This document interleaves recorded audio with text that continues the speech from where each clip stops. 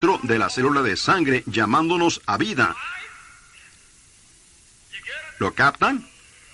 Y entonces venimos y confesamos nuestros pecados y somos bautizados para la remisión de nuestros pecados. Entonces tomamos a través de la sangre hasta que la célula de sangre, venimos a través de la sangre rociada. Entonces somos bautizados por el Espíritu Santo dentro de esta célula de sangre. Y tenemos compañerismo uno con el otro, mientras la sangre de Jesucristo, el Hijo de Dios, nos limpia de toda maldad. Oh, hermanos, allí está. Eso es lo que necesitamos. Primero venir posicionalmente a Cristo a través de la sangre derramada, y luego estamos posicionalmente sentados en Cristo. Fíjense en esto ahora, el siguiente versículo. Primero, antes que lo dejemos, fíjense, todo el Antiguo Testamento es una sombra del Nuevo. Ningún creyente tenía el derecho de ofrecer sacrificio de adoración fuera del templo. En el templo es en donde estaba la sangre. Dios lo prohibió. Él dijo, no lo hagan. Vengan al templo para compañerismo.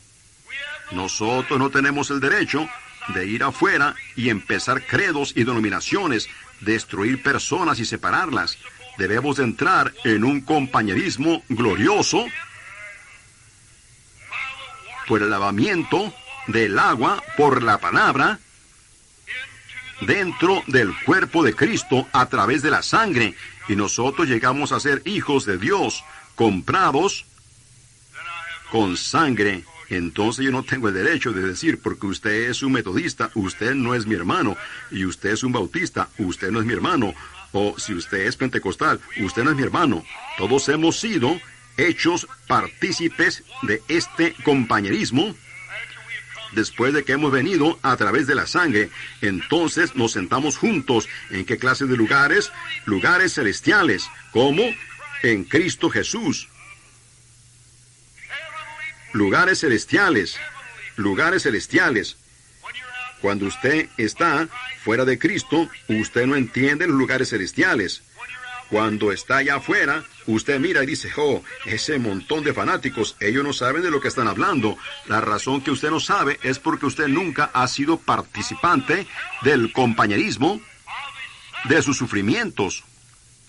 Usted nunca puso sus manos sobre su cabeza bendita y sagrada y sintió los dolores del Calvario por sus pecados. Usted nunca supo lo que eso era. Amigo, compañero, usted no sabe lo que eso significa hasta que suba al Calvario y vea tal precio que fue pagado por usted. Entonces, cuando usted comprende todo al respecto, Dios, por medio de la gracia, lo lleva a usted a través del torrente sanguíneo dentro de su propio compañerismo con su amado Hijo, Cristo Jesús. ¡Oh, cuán maravilloso! Déjeme decirles, eso me hace sentir también el saber que hemos sido privilegiados para hacer esto, entrar en su compañerismo maravilloso en Cristo. Ahora, entonces, cuando usted está establecido en el compañerismo, y amigo, fuera de Cristo, fuera de su compañerismo, usted no tiene el derecho de decir que la gente que está en el compañerismo, que cree en lo sobrenatural, está fuera de su mente, porque usted nunca ha probado para ver que el Señor es bueno. Usted nunca ha venido a través de esto para entrar en este compañerismo. O usted pudiera creer, usted pudiera aceptarlo. Usted pudiera decir, sí, yo creo que la Biblia está correcta, yo también voy a la iglesia. Pero ¿ha muerto a usted mismo? ¿Y nacido otra vez? Dejando todo lo de afuera y traído a la sangre para entrar en este compañerismo y sentarse en lugares celestiales en Cristo Jesús, lo que Dios puede hacer. Cómo la revelación de Dios puede moverse a través de la audiencia de esa manera cuando todos nosotros hemos sido participantes de este mismo compañerismo, ¿ven? Y ahora, esos son a los que Pablo les está dirigiendo esta epístola. Y solo por un minuto o dos más, Pablo les está dirigiendo esta epístola a aquellos que están en Cristo Jesús. Ven ustedes y a los fieles que están dentro.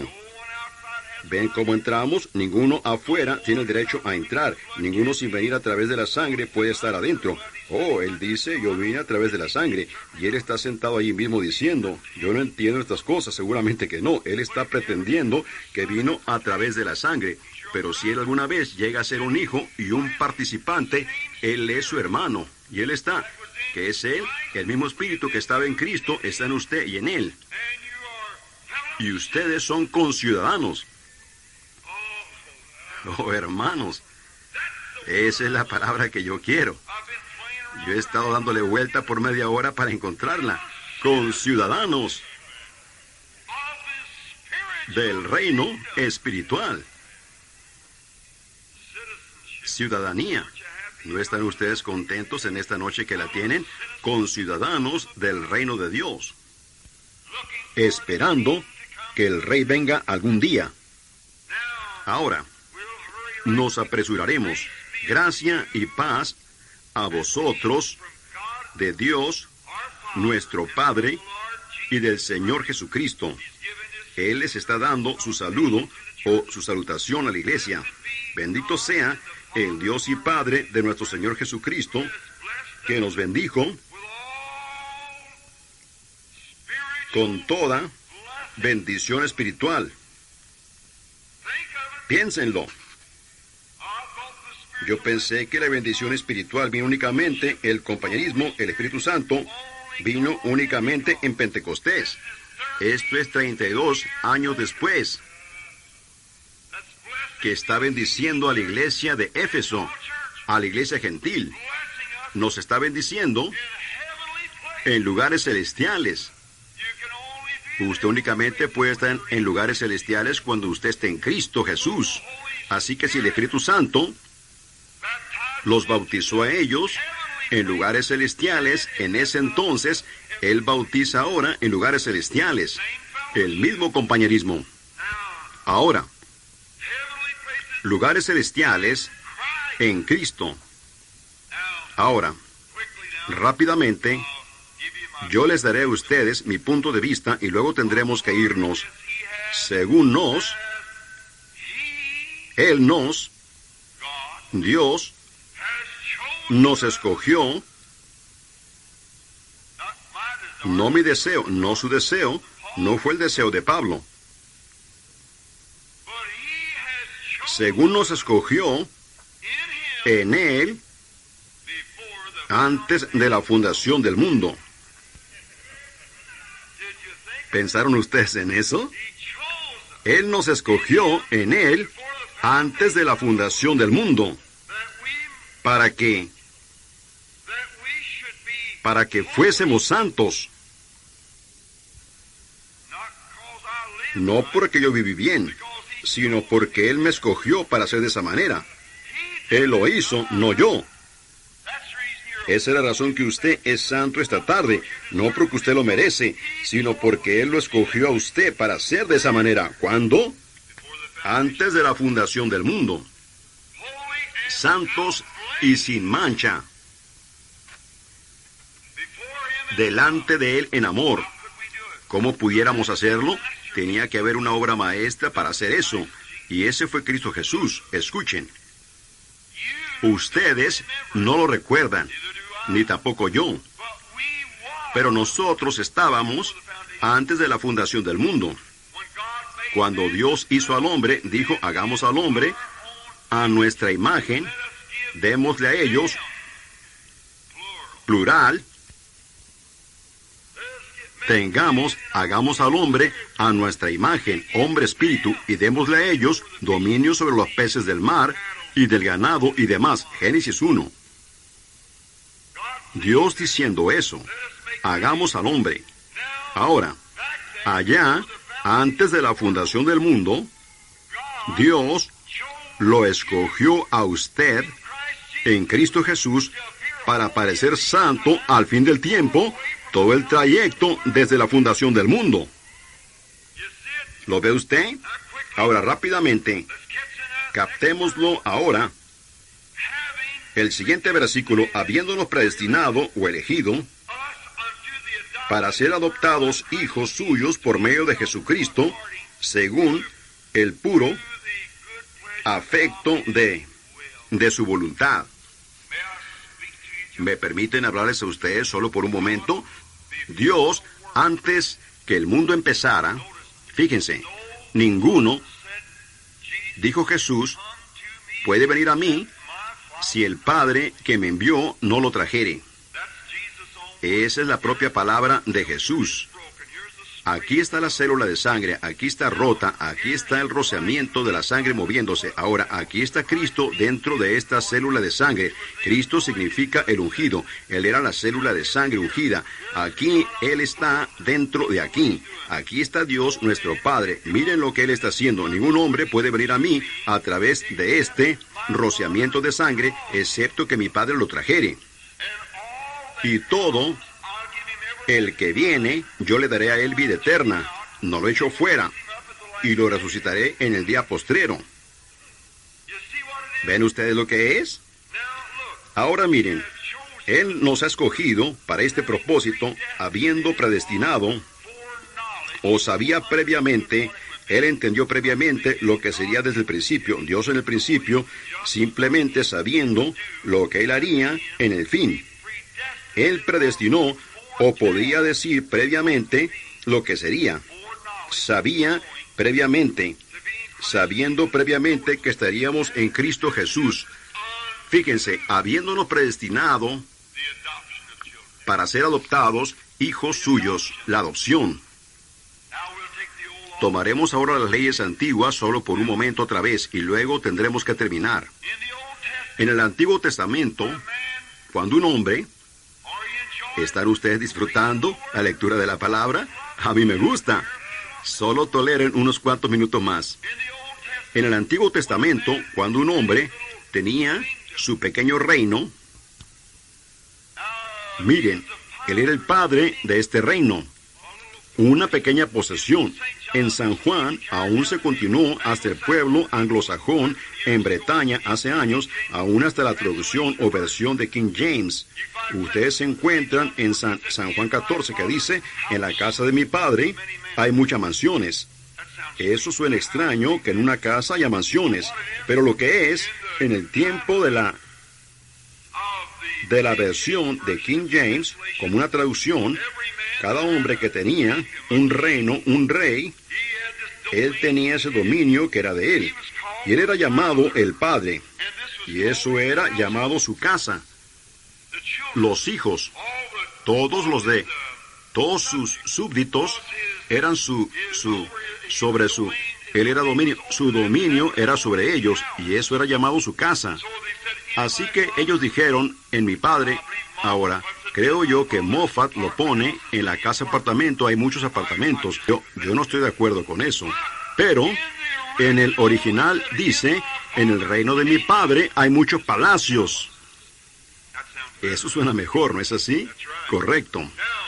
Ahora, cuando un hombre, en el Antiguo Testamento, un hombre judío, en Palestina, de donde ellos eran ya sea que él fuera, o de la tribu de José, o de Efraín, o de la que él fuera, él tenía sus propias tierras destinadas que le pertenecían a él. La historia hermosa de Ruth, cuando regresó con Noemí, cuando Noemí había perdido toda su herencia, y Boaz la redimió. Creo que yo prediqué sobre eso la última vez que estuve aquí. Un cuadro hermoso. Ese fue su pequeño dominio, como su pequeño reino, su posesión. Era traspasado. Uno le seguía al otro. Ahora, cuando un padre se casaba y cuando este muchacho, heredaba lo que su padre tenía, sus hijos nacían. Ahora, cuando ese muchacho nacía en este pequeño, nosotros le llamamos acres pequeños o una granja pequeña. Cuando él nacía allí, el padre tenía siervos todo alrededor, pero el hijo era criado bajo un tutor o maestro o instructor. Gálatas, el capítulo 4, versículos del 1 al 5, da un cuadro hermoso de ello. Cómo estábamos bajo tutores por tanto tiempo. Pero ahora, cuando este hijo nacía, él llegaba a ser un hijo, en el mismo momento que él nacía en la familia. ¿Lo captan ustedes? Ahora, entonces había un tutor sobre ese muchacho para educarlo y criarlo.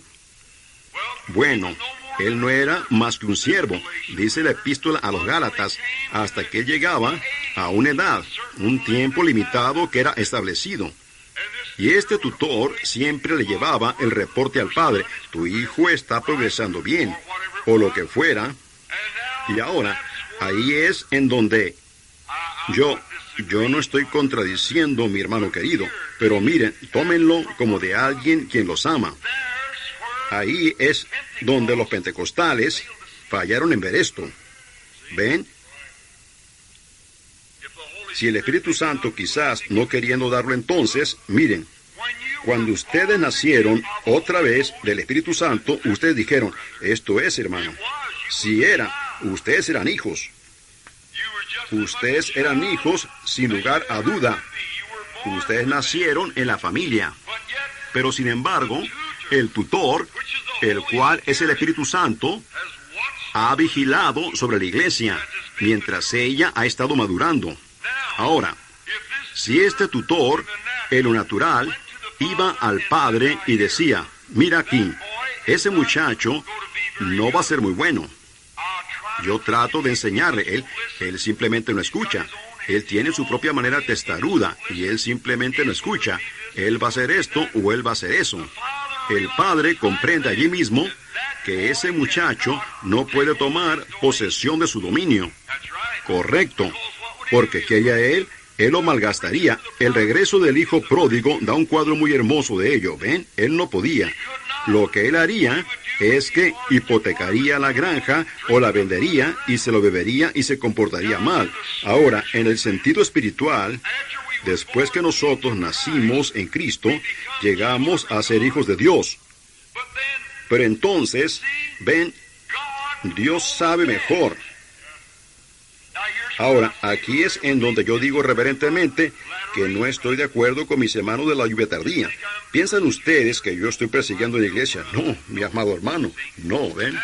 Ahora, este muchacho, después que llegaba a una cierta edad, él tenía que ser adoptado dentro de esa misma familia en la que él había nacido. Cualquier ministro sabe que eso es posicionar a un hijo. Él tenía que ser adoptado dentro de la familia en la que él había nacido. ¿Pudieran ustedes imaginarse eso? Pero esa es la enseñanza del Antiguo Testamento. Pablo se está refiriendo a ello aquí en Efesios, en la iglesia de Éfeso.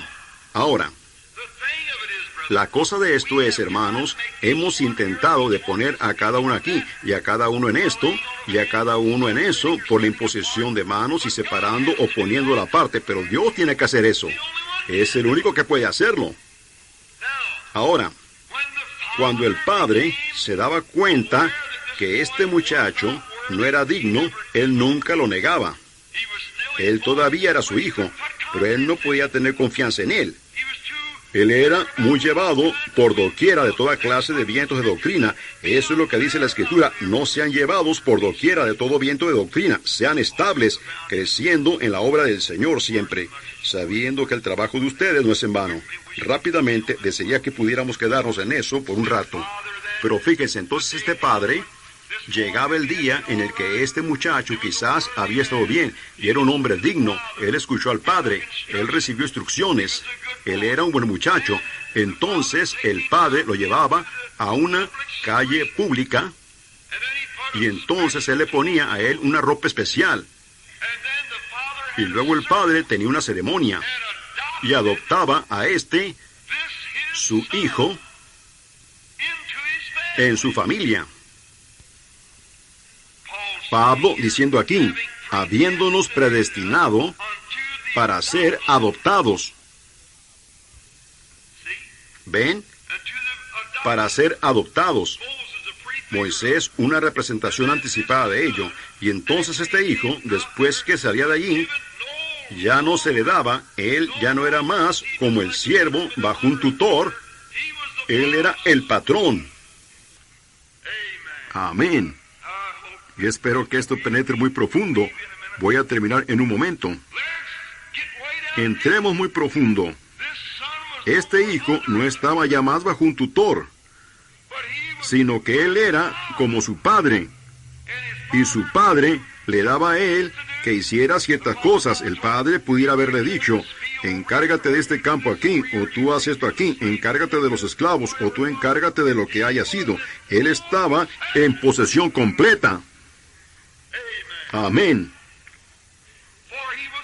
Porque él fue adoptado dentro de esa familia, y su nombre en un cheque era tan bueno como el de su papá. Ahora, lo que Dios ha hecho, la razón que vemos estas cosas, sabemos que hay algo que está errado, amigo.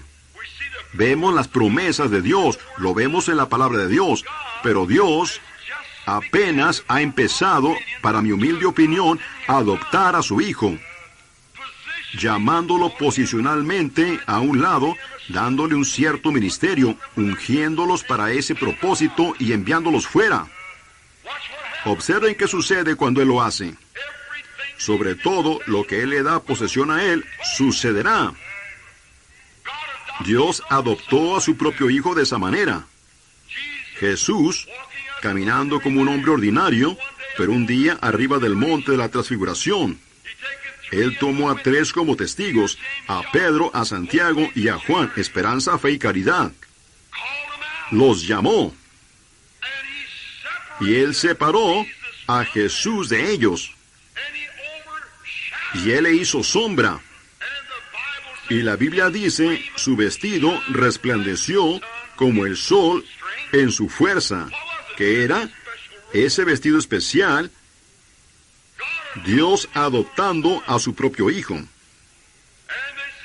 Y ellos vieron aparecer a Moisés y a Elías y demás. Entonces ellos lo mostraron a Él. Y ellos vieron a Jesús solo. Y entonces, cuando Él miró Dios el Padre, después de poner el vestido sobre su hijo, Él dijo: este es mi hijo amado, a Él oíd. Con razón Jesús podía decir: toda potestad me es dada en el cielo y en la tierra, porque Él fue adoptado por su Padre en el reino glorioso de Dios. Ahora, sentado en la majestad a su diestra, por encima de todo arcángel y ángel, de toda estrella, luna o de todo nombre que es nombrado en el cielo, está sujeto al nombre de Jesucristo, porque Él fue adoptado por Dios el Padre.